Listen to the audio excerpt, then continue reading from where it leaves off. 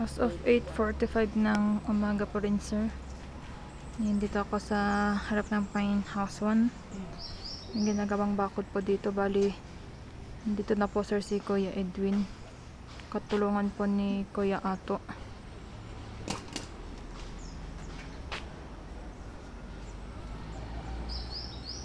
Dito sa taas ng bakod, sir, may barbed wire na pong kinabit si Kuya Ato.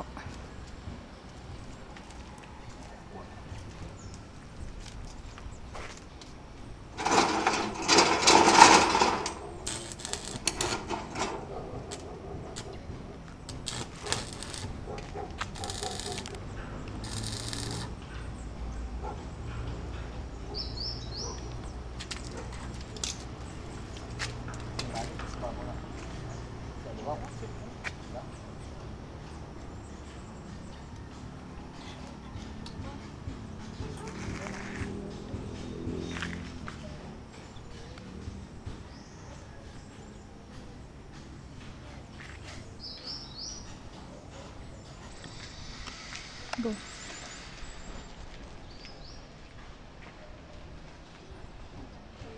Sir, okay po bang gamitin namin ito dito?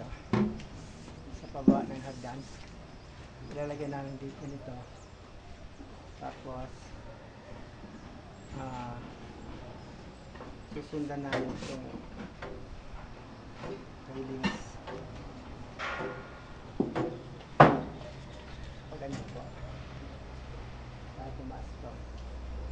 Tapos pagkatapos, Ito, sir, yung bakod ng honeymoon. Yung ano pinapopost po, sir, ni Car.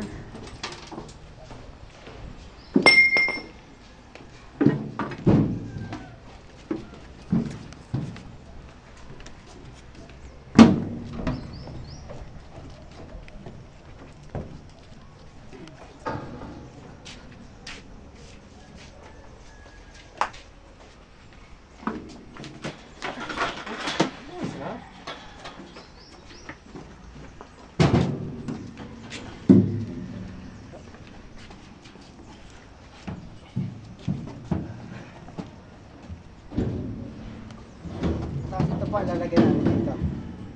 Okay na yan, hanggang dyan lang. Mataas naman doon. Kaya lang dito, check ko namin itong lugar na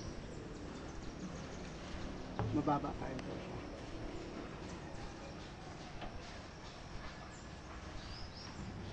Okay.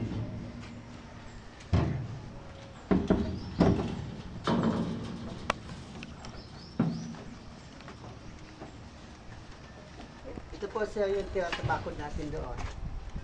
Kaya kung okay sa inyo, ito na ang gamitin. Kung hindi naman po pwede,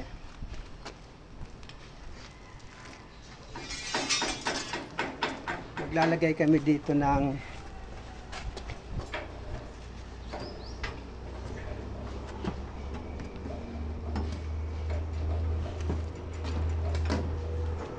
pahigang tubo. Ganoon din dito.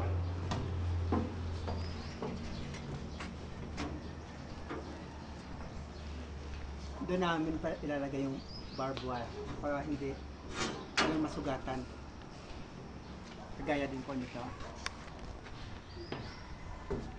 Pahiga nga lang siya para malayo sa kamay, walang masusugatan.